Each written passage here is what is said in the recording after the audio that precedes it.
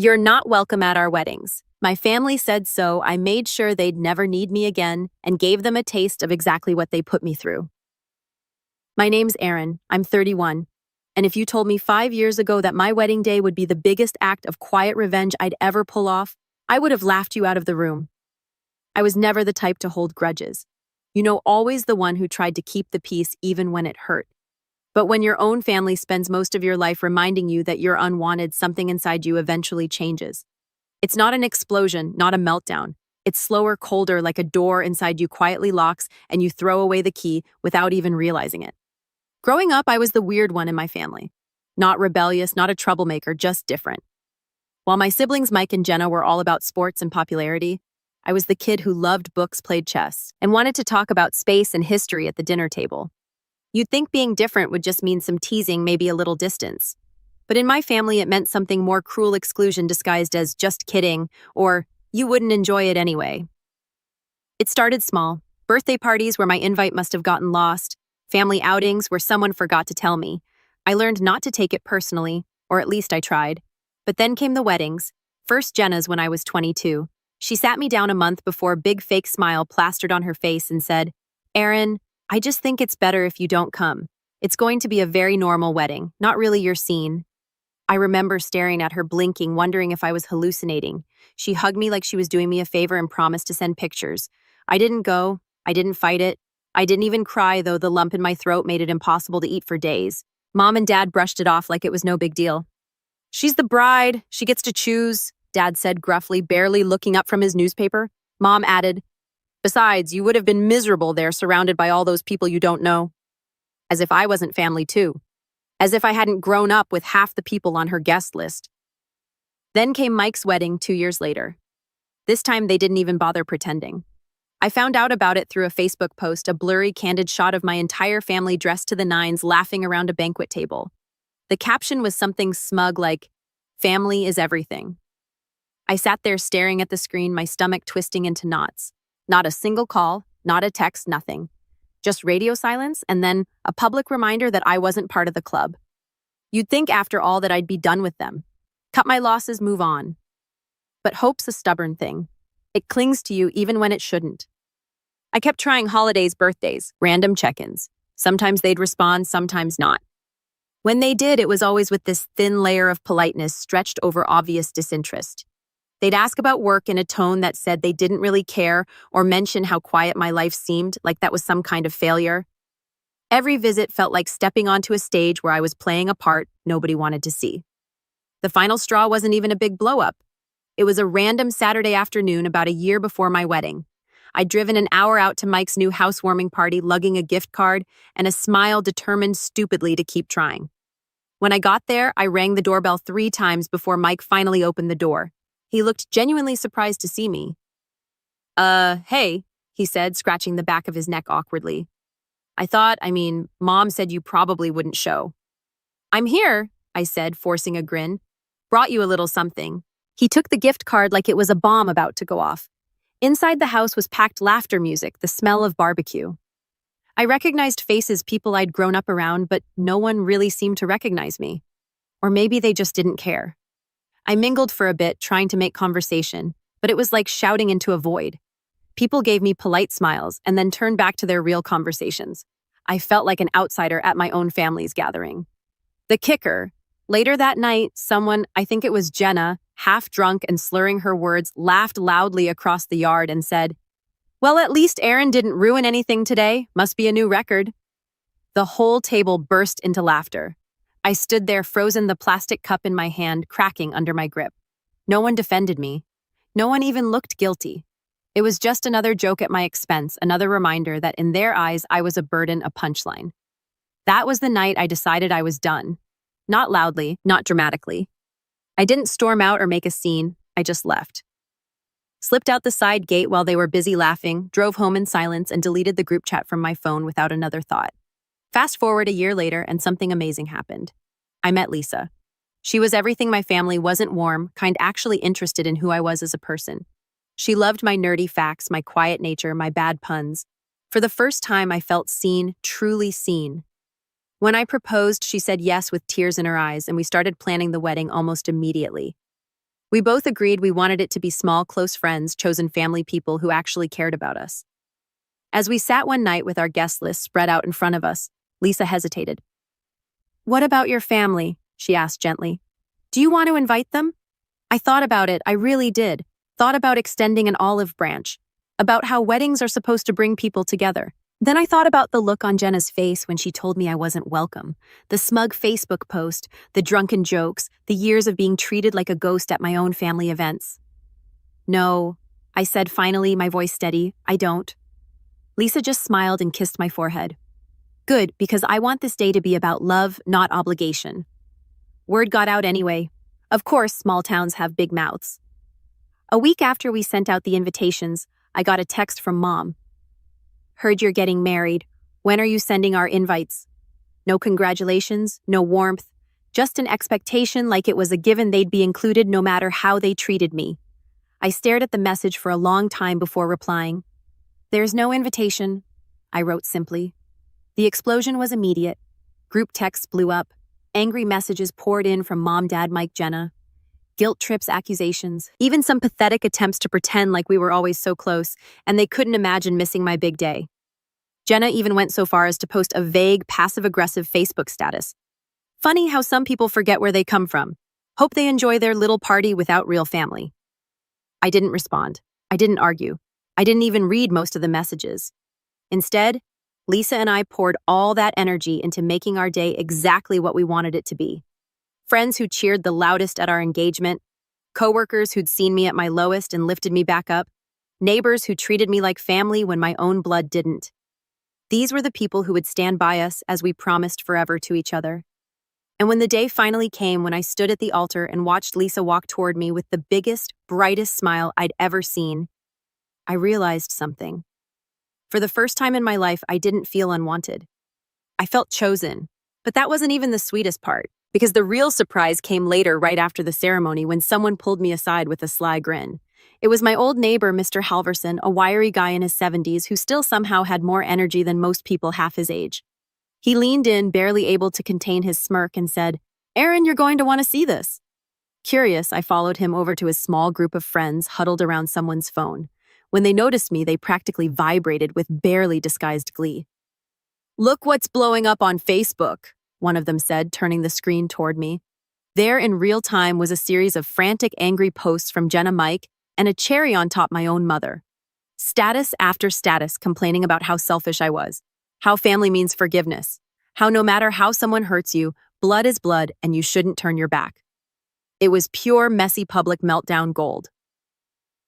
Jenna's post was the most dramatic. "Can't believe my own brother would exclude us from his wedding after everything our family has done for him. Absolutely disgusting behavior. Some people just don't understand the meaning of family." Someone had commented underneath it, "Didn't you leave him out of your wedding?" No response, just a bunch of defensive likes and a handful of equally petty comments from her friends trying to back her up. Mike's was even worse. "Guess Aaron forgot who helped raise him. Maybe he'll remember when he's all alone someday." Another commenter responded, "You didn't invite him to yours, right? Sounds like karma to me." Mom's post was the most pathetic of all. A blurry photo of a family gathering, an old one years ago, with a passive-aggressive caption, "Some people forget who loved them first." Loved me? I almost laughed. When have they ever really loved me? I could feel the eyes of my friends on me waiting for some reaction. Maybe anger, maybe sadness. But I just shook my head and smiled. Because standing there with Lisa's hand slipping into mine and our wedding party laughing and cheering behind us, it finally hit me. I didn't owe them anything. I wasn't a lonely, desperate kid anymore begging for a seat at their table. I had built my own table, my own life, my own family, and they weren't welcome at it. The reception went on like a dream after that. We had rented this cozy little vineyard just outside of town, and the weather was perfect, the kind of sunset you only see once in a lifetime, gold and pink spilling across the sky, like someone had painted it just for us. Lisa and I danced under fairy lights while our friends cheered and toasted and sang way too loudly. The cake was a little crooked. The playlist skipped once or twice, and someone spilled a drink all over the dance floor. It was perfect. Still, the drama wasn't over. Not by a long shot. The next morning, I woke up to my phone vibrating so hard it fell off the nightstand. Dozens of missed calls, voicemails, texts. At first, I thought maybe, just maybe, they'd finally cooled down. Maybe they wanted to apologize to make amends. But when I opened the first voicemail, it became crystal clear that wasn't the case. Mom's voice tight and cold. Aaron, you need to call me back immediately. I don't know what you think you're doing, but you're going to regret cutting off your family. You'll see. No one else will ever love you like we do. Another one from Jenna. Congrats on your sad little party. Hope it was worth it, traitor. Mike's was the cherry on top, just a long sigh followed by, you'll come crawling back one day. You always do. I sat there on the edge of the bed listening to them one after another, while Lisa slept peacefully beside me. Every angry word, every guilt trip, every threat, it all rolled off me like water. It didn't hurt anymore. It didn't even sting. It just sounded pathetic. I could have replied, could have sent a long, scathing message, could have ranted and raved and told them exactly what I thought of them. But instead, I did the one thing they never could stand. I ignored them. I blocked every number, deleted every message, shut the door permanently this time. Later that afternoon, Lisa and I sat on the back porch of our rental cabin, watching the sun sink behind the hills, sipping cheap champagne straight from the bottle. She leaned her head against my shoulder and whispered, "Any regrets?" I thought about it for a second. "Nope," I said, squeezing her hand. "None at all. Because in the end, they were right about one thing: family is everything. But sometimes you have to choose the right one, and I had." It didn't take long for the silence to get under their skin. For the first few days after the wedding, it was just noise, angry voicemails, furious Facebook posts, passive-aggressive texts sent at all hours of the night. I ignored them all, choosing instead to sink into newlywed life with Lisa. We slept late, explored little towns hand in hand, and laughed about stupid things like how I always lost the hotel key and how she could never finish a cup of coffee before it went cold. It was peaceful. It was exactly what I had fought so hard to find. But apparently peace was something my family couldn't handle, not when they weren't in control. The first shift came about a week later. The text from Mom changed tone. Less rage, more desperation. "Family should stick together. Call me. We're still your parents. We deserve to be part of your life. Think about how hurt we are, Aaron, after everything we did for you."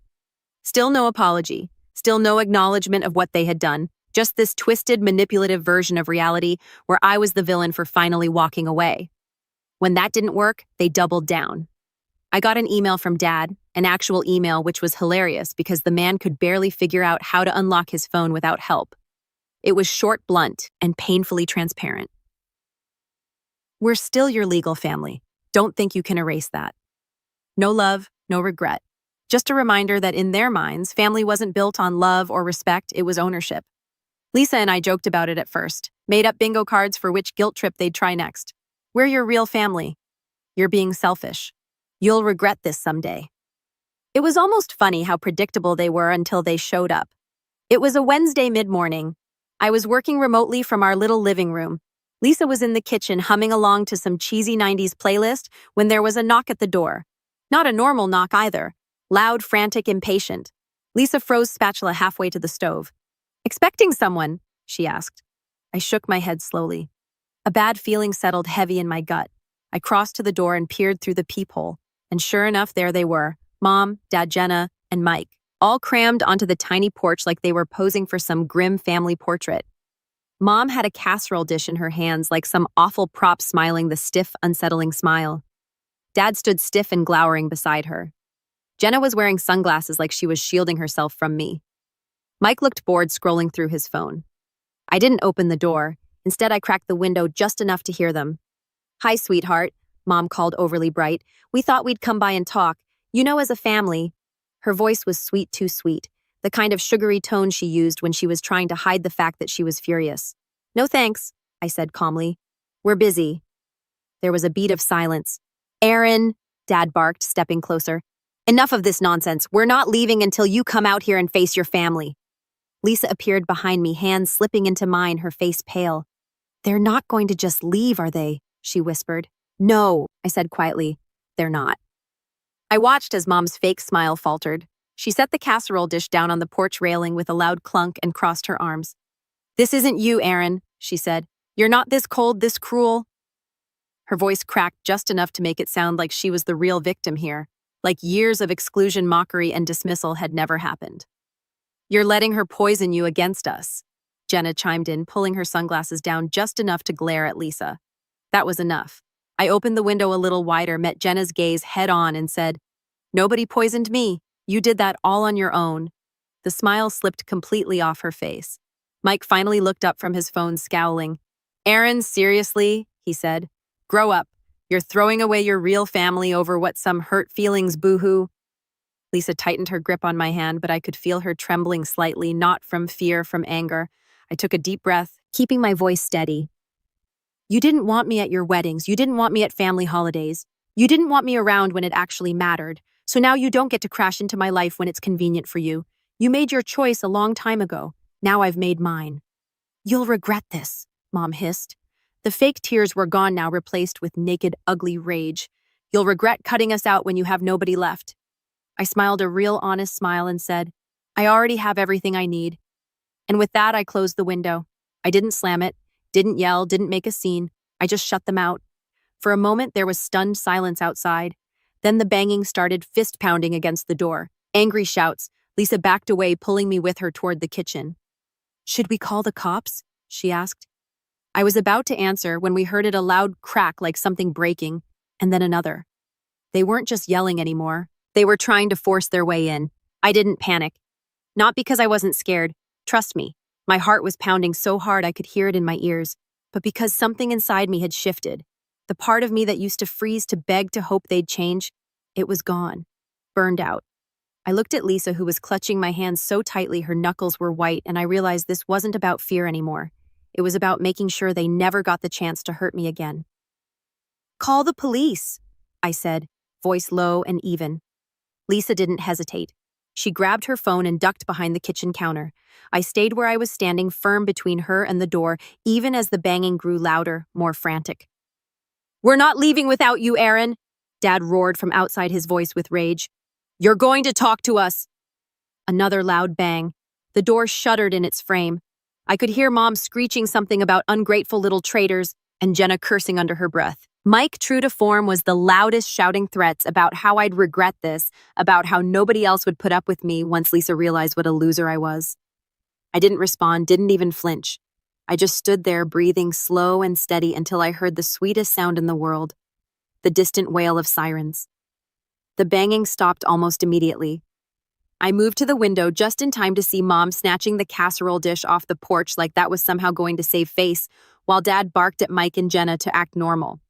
They scattered, trying to pretend they were just standing around casually chatting like they hadn't been trying to break down my door 30 seconds earlier. The police cruiser pulled up fast, tires crunching against the gravel driveway. 2 officers got out, 1 male, 1 female, both looking grim and very, very tired, like they'd seen this kind of suburban disaster way too many times. I opened the door carefully, stepping outside with my hands visible so there'd be no confusion. "Morning, officers," I said calmly. "Thanks for coming." The female officer nodded. "We got a call about a disturbance. Can you tell us what's going on?" Before I could answer, Mom rushed forward, casserole dish still clutched in her hands like a ridiculous shield. "This is our son," she gushed, all fake tears and trembling voice. "We're just trying to talk to him. He's been brainwashed by her." She jabbed a finger toward the house where Lisa was peeking out from behind the curtain. "And now he thinks he can just cut off his family." The officer blinked, unimpressed. "So you were trying to force entry into the home?" "No," Mom gasped. He wouldn't open the door and we needed to talk." Dad stepped up, looming like he always did when he thought intimidation would work. "We have a right to see him. He's our son." The male officer sighed, pulling out a small notebook. "Sir, it doesn't work like that. He's an adult. You have no legal right to enter his home without permission. If you continue to harass or threaten him, he can press charges." The color drained from Mom's face. Jenna started muttering under her breath. Mike actually had the gall to roll his eyes like he was the one being inconvenienced. I took a deep breath and said loud enough for all of them to hear, "I want to press charges for trespassing and attempted forced entry. And I want a restraining order." For the first time all morning, the whole porch went completely silent. Mom's mouth dropped open. Dad's face turned an alarming shade of red. Jenna's sunglasses slipped down her nose, and Mike actually took a step back like he couldn't believe what he was hearing. You don't mean that," Mom stammered. "Aaron, we're family." The word family snapped something clean in me. Not with anger, not with grief, just finality. I looked her dead in the eyes and said, "No, we're not anymore. Not." The officers separated us after that, took statements, asked questions. Lisa came out eventually holding my hand the entire time, steady and solid as a rock. My family kept trying, begging, pleading, threatening. They flipped between tactics so fast it would have been comical if it weren't so sad. Mom wept about losing her baby. Dad muttered about ungrateful brats. Jenna tried to shame me, ranting about how nobody turns their back on their family unless they're broken inside. Mike just sneered like the whole thing was beneath him. The officers weren't moved. They issued them a formal warning right there on the spot and made it very clear that if they ever showed up again, even once, they'd be arrested. I filed the paperwork for the restraining order that afternoon, and just like that, with a few signatures, a few hard lines drawn in the sand, the door slammed shut forever. The days that followed were strangely quiet, eerily so. No more angry calls, no more guilt trips, no more desperate Facebook posts. It was like they finally realized they'd lost whatever power they thought they had over me. I won't pretend it didn't hurt sometimes. There were moments, small, sneaky moments, where a part of me missed the idea of family, missed what could have been if they had been different people. Holidays were hard for a while, seeing other families smiling together, laughing over shared memories. It left a hollow ache in my chest that took time to fill. But it did fill slowly with better people, real friends, chosen family, people who didn't love me because they had to, but because they wanted to. People who saw me for who I was and stayed. Lisa's parents who welcomed me like a second son without a second thought. My coworkers who threw us a surprise post-honeymoon party with a cake that said, "Welcome to your real family." Neighbors who dropped off casseroles and homemade cards when they heard about the restraining order, not because they pitied us, but because they respected the choice to cut out toxicity. Piece by piece, the life I'd always wanted came together. Not the life they tried to force me into, not the life they abandoned me in. My life. About 6 months after the wedding, Lisa and I hosted a little barbecue at our place. Just close friends, good food, lots of laughter. At one point, I stepped back, beer in hand, and just watched. Watched my wife laughing with her best friend over burnt burgers. Watched our neighbors' kids chasing each other around the yard with water guns. Watched a group of people who genuinely loved and accepted me exactly as I was. And I realized they hadn't just missed my wedding, they had missed everything. Every good thing that came after every milestone, every celebration, every ordinary beautiful day. All because they couldn't be bothered to love me the way I deserved. And for the first time in my entire life, I didn't feel sad about it. I felt free, truly, finally, truly, completely free. And I wasn't ever giving that up again. Not for anything, not for anyone, and certainly not for people who only ever saw me as something they were entitled to control. As the sun dipped low and the fireflies came out, Lisa slipped her hand into mine and leaned her head on my shoulder. "We made a good life," she whispered. I smiled, kissed the top of her head, and whispered back, "Yeah, we really did." And this time, I knew without a doubt that nobody could ever take it away from me.